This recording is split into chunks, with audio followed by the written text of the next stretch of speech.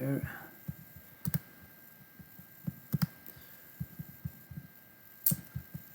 Okay, so I will use some minutes to go through this, and you will have the possibility to ask questions during the way. So just raise your hand or put your microphone on if it's something you're wondering about.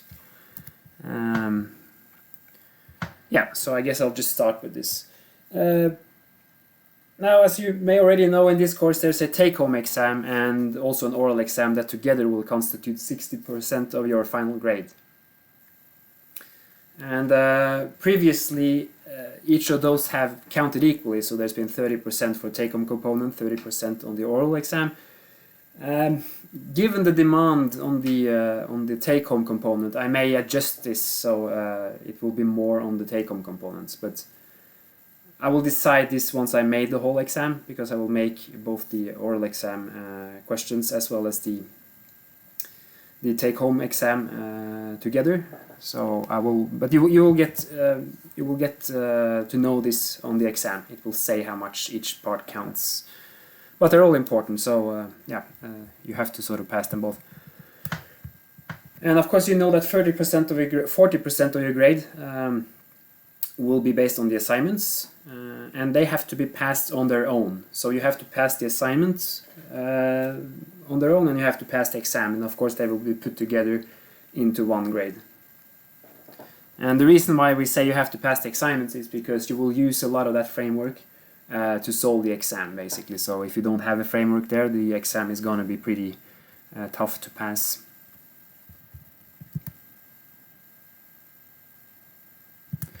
Okay, so it's now been decided that the take-home exam will run from the 18th to the 21st of May. And the dates for the oral exam is set to the 27th and 29th of May. There's one exception there.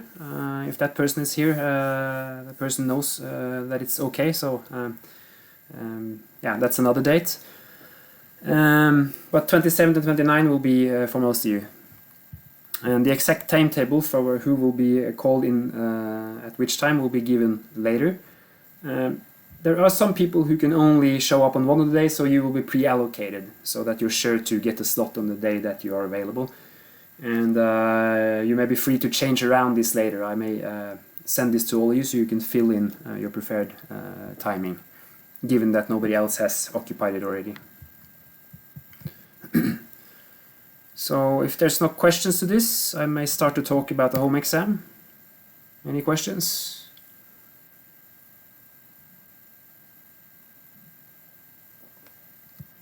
Okay, so feel free to ask questions while I'm talking through this. If you wonder, if you want to resolve something, or if you wonder what I mean. Now the pre-exam meeting, a pre-exam meeting will be set up on the date of the exam.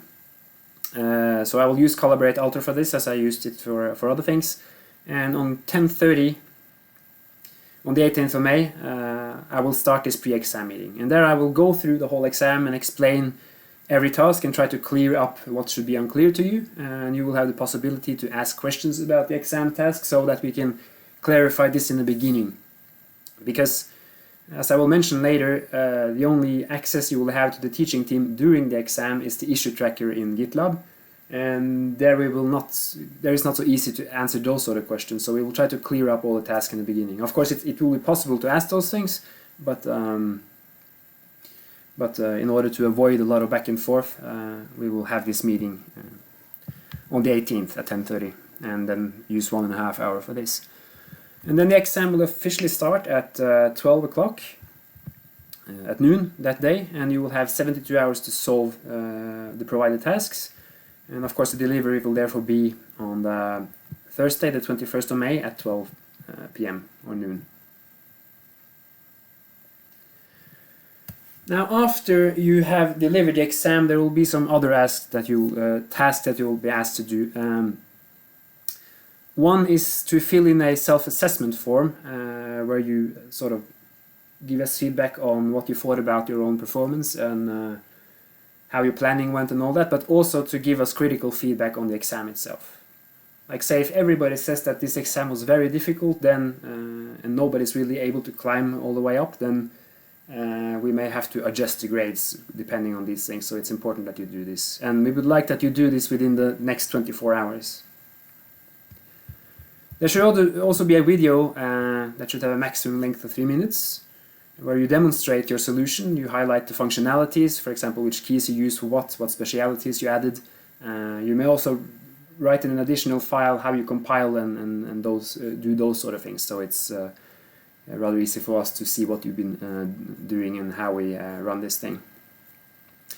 Now this video we may extend the deadline to the end of the following weekend, depending, because it may be that someone is occupied on that Friday or whatever. But the assessment for you would like to have within 24 hours afterwards. But you will get information about that on the date of the exam on the 18th, so you'll know this. Now here's a very important part.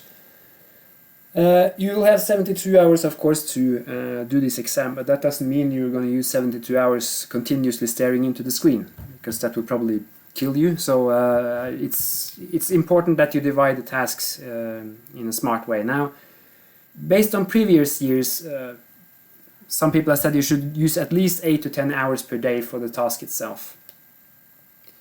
As I understand, that doesn't mean that 10 hours you stop for that matter, but you have to make sure that you are able to, for example, get about 8 hours of sleep per night, or day for that matter, if you like to work in the night.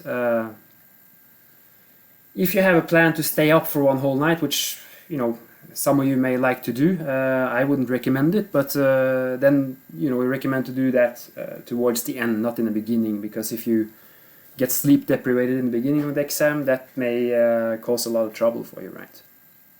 And of course you have to eat, drink, exercise, take walks, or do other activity that sort of clears up your mind, because I think sitting continuously in front of the computer in all your waking hours and striving will probably not be that constructive or productive. So I think this exam task will be some quite new experience, and you will get to know things about yourself that you may not previously have known. But anyway, that's how it is. And note that these guidelines are not carved in stone, so it doesn't have to be exactly like that. So let's say you have 8 hours of sleep, 10 hours set off to the task, then you're up to 18 hours, you use a couple of hours for eating, drinking, exercising, those sort of things. You still have, you know, 3 to 4 hours left that you could either use on this task or, you know, whatever you find suitable. So any questions to this or comments to it?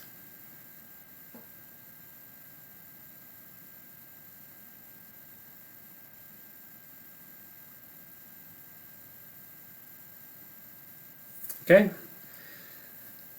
Another important thing is that as soon as the exam starts, it's usually a good idea to start planning how we will solve the task itself.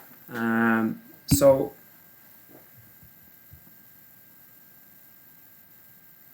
that will be specified later. We will try to make sure that there's enough basic tasks there so you can pass it if you've been working throughout the course. So it should be relatively straightforward to get an E, and it should be very hard to get an A. And about half the tasks, yeah, depending, that may be around C-ish, but it's hard to say that exactly before I sort of made the exam. But I'll try to make that clear on the day of the exam and also in the exam text. Other questions?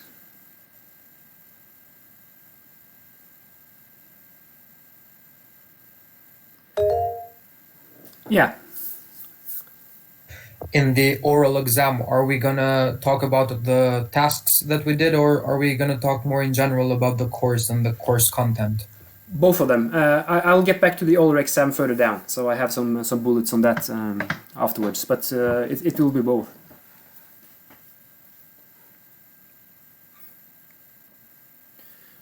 Okay, so it's very important that you start early by planning how to solve the task. So you identify what resources you already have, like for example acquired knowledge, your assignment code, other resources you may have at hand.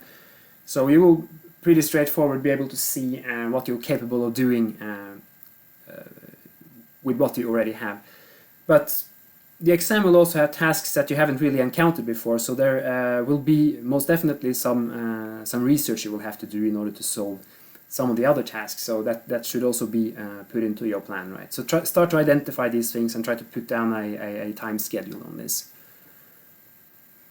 And note that most of you, will not be able to solve all tasks. So the point about the exam is not to solve everything we put down. The point about this is to be able to divide everyone from, just passing up to A, right? So, and there may be some tasks that nobody is able to actually solve. But then that task will sort of just be put aside, right? So it's important that you identify what you can solve rather easily and what requires more efforts, and that you make sure that you're able to solve every task you're capable of, so that your capability will be reflected in the grade. So for example, if you're very stuck on one problem, don't use so much time on being stuck that you end up not being able to solve the task you actually are capable of, right? So that is a very important thing. Okay. So let me skip to the next page.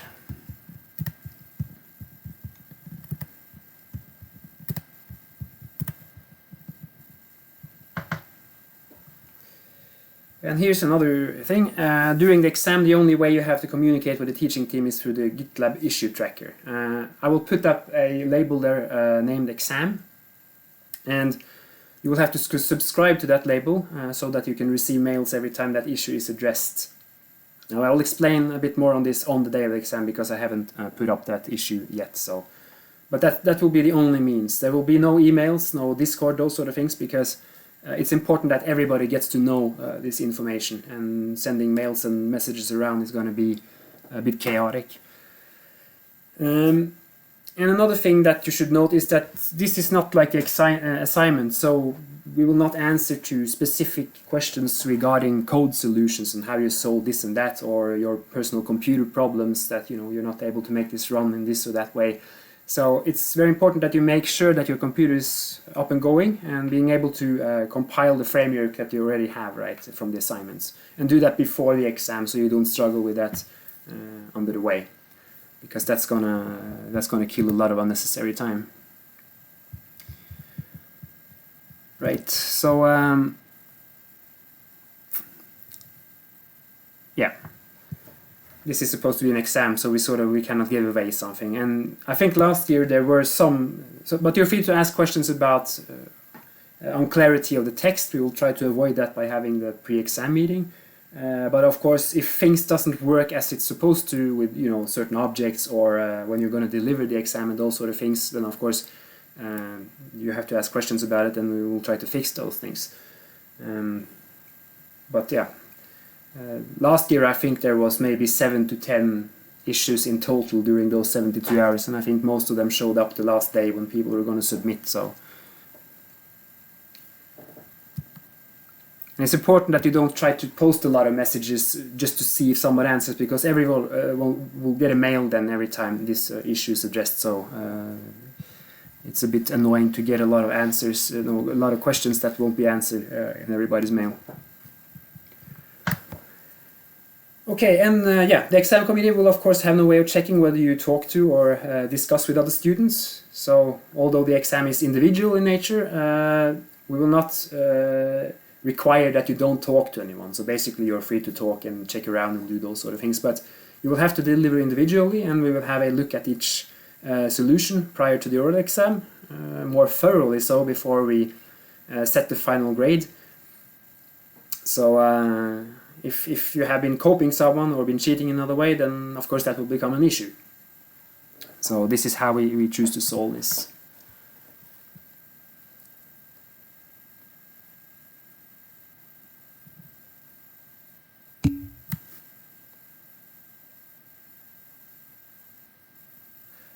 Well, yeah, I think that like last year, the take-home component was 30% of your grade, and the oral exam was 30% of your grade. So yes, ideally, it is possible. But depending on the task load on this, I will try to set these percentages a bit fairly, so that if it's a lot of things to do On the take-home component, it may be set as a higher percentage. But of course, it should also be possible to pull things in by showing knowledge, of course, in the oral exam. But both has to be passed, basically.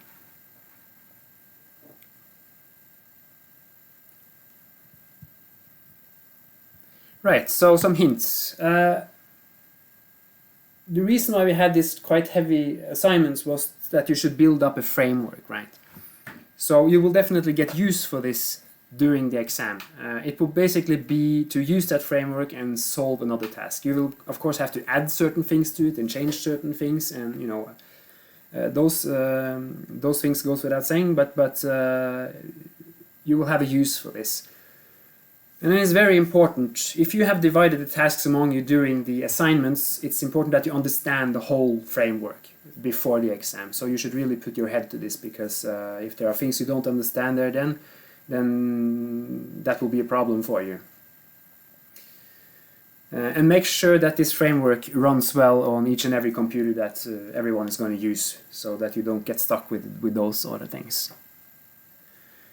And things that will definitely be covered in the main task is loading some map. There will be object loading, there will be first and or third person perspectives, there will be moving cameras, moving objects, user interaction, and of course lighting, texture, coloring, and transformations goes without saying. But it's things you've seen in the assignment, but there will be a different twist to it. And of course, if you're able to solve all of those things, then you will get a pretty good grade. There will be some that will not be able to solve all these things, but then again, it's really also up to preparation. So be sure you have control over the code framework you have from the assignments. And also be strategic in looking for other resources if that should be necessary online, so that you're able to maybe acquire some more knowledge if that should be possible. Because as with the assignments, there will be certain extensions from the main task that will be of varying complexity. Some will be easy, I won't mention those ones because that will be a spoiler. But there will be some more difficult ones that may not even be something you already done on the assignments or labs. So for example, one point can be shadows, for example. So if you're not capable of doing some of the main tasks, you may, for example, score quite some on doing shadows, because that will show a quite good understanding of the graphics pipeline, right? So implementing shadows on whatever solution you have. So yeah, examples like that. But there will be more easier and sort of medium tasks in there as well. So I will pass on to the oral exam, but feel free to ask questions about the take-home component before I do that.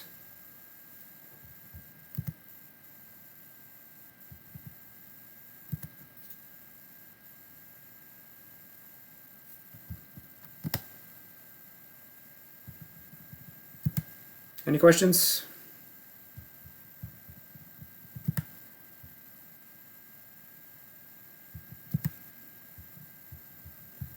Okay, so then I'll skip on to the oral part.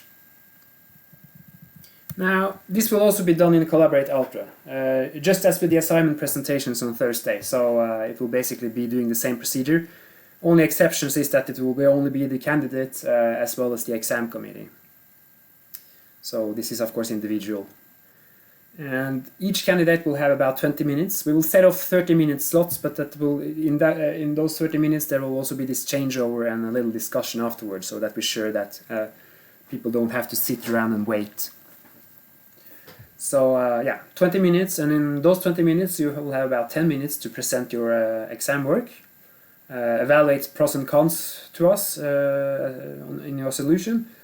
And you may also be asked by us to explain and or show parts of your code during those minutes. And there will be a 10-minute theoretical question session based on general course content. So basically what you've seen in the lectures. There will be nothing outside what is on the lecture slides, basically. So you can go back there and refresh your memory about these things. And these questions will also range from very easy, that we expect you to be able to answer. There will be some medium questions that we would like you to answer, and of course there will be some hard ones that we don't expect you to be able to answer. So, and if you answer them, that will be impressive, sort of like so. But there will be nothing outside the lecture slides. So any questions to that?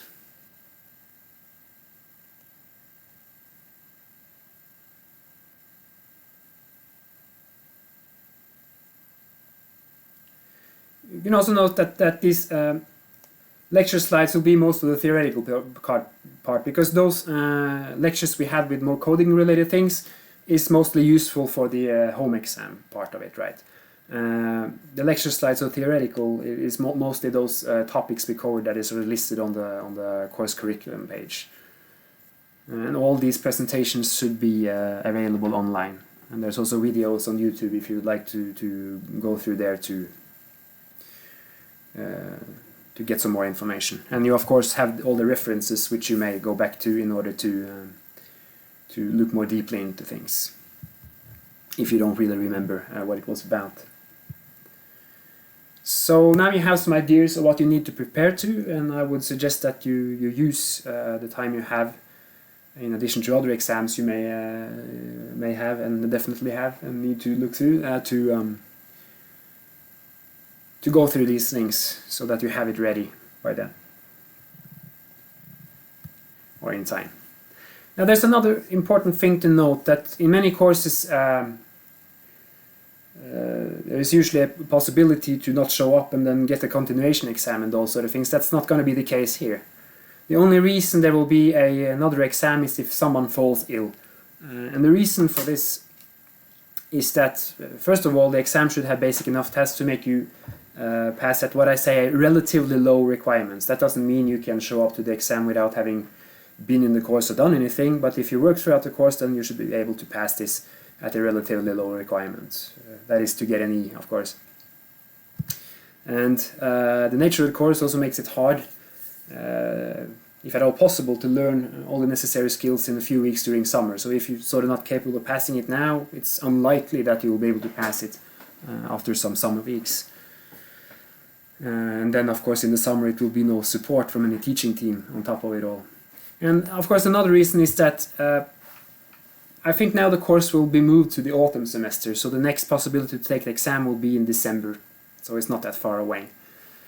And if any of you should fall ill and have a doctor's declaration for this, then we may put up an exam additionally for you, and that will be either in June, but I think most likely in September sometime, if those things if you should be unfortunate. So yeah, I think that sums up what I will say about the exam. I will also post this document online, since I've now made it. I can just make it available to everyone. And feel free to ask questions about the exam. Any comments, questions, anything?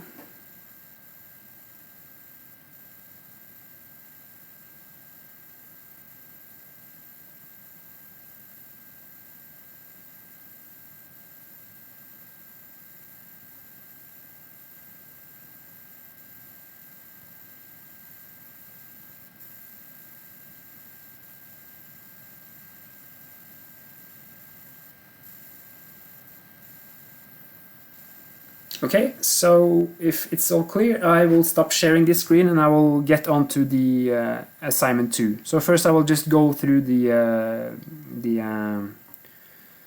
submission procedure and a little bit about Thursday, and then you can feel free to ask questions about assignment 2 if you have any now, because me and Carl and Leon is all here, so we should be able to answer some of those questions if you have any. Okay, so no questions to this. I will stop sharing this screen. And then I will share my desktop.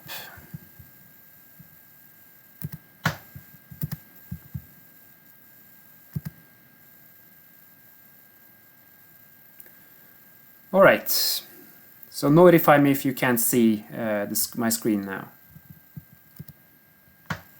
Okay, so I will not go through the details of the assignment itself. I already done that on a couple of occasions, but the submission is more or less the same as you had under the assignment 1.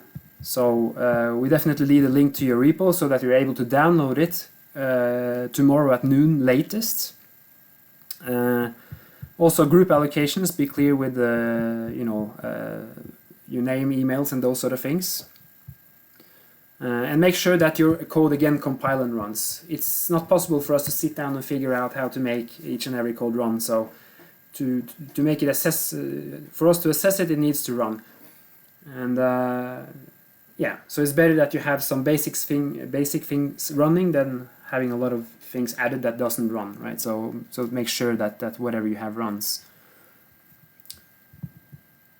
And of course, you should provide us with some instructions on how to run this in a README file, as you did under the first assignment.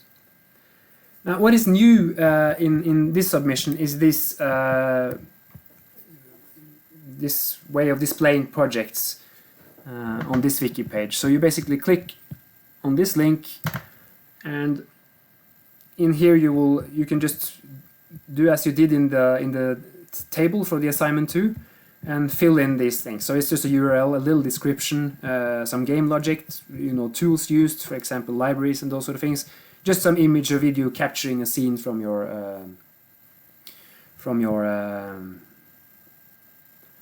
solution, and then some future work where you may identify shortcomings or where this could go. Now, this we can allow you to do after 12 tomorrow. So get it delivered on this page here. Just make sure that we have a URL here by noon tomorrow, otherwise we will not be able to download it, and that's not good. Apart from that, you can fill in this thing afterwards, but make sure to do that before Thursday, so this is sort of up and running by then. And on Thursday, I can go back to, there will be presentations, and we will do them in Collaborate Ultra. So I think I will give you the same access as you have by now, which is presenter, so you should be able to share your screen, right? So from 12:15 until 3 o'clock, or however far we need to go, we will have each group presenting their work, and you will have 20 minutes each, and then after that you will have some changeover and those sort of things. So we expect about 25 minutes in total with the changeover and all that, but 20 minutes plus questions, presentation plus questions should be included for you there. The same procedure as assignment 1, only that it will be a bit longer.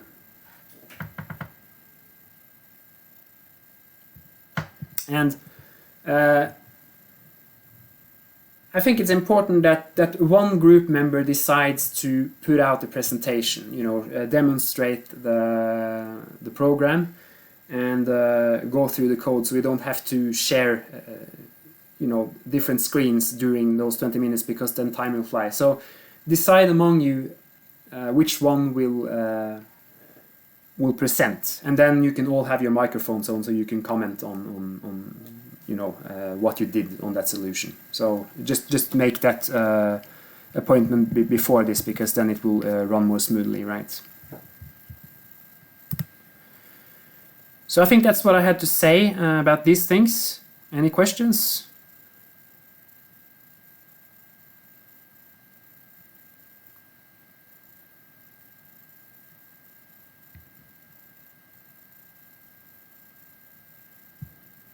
Okay, so then I will stop sharing my screen and stop the recording, and if any of you have any questions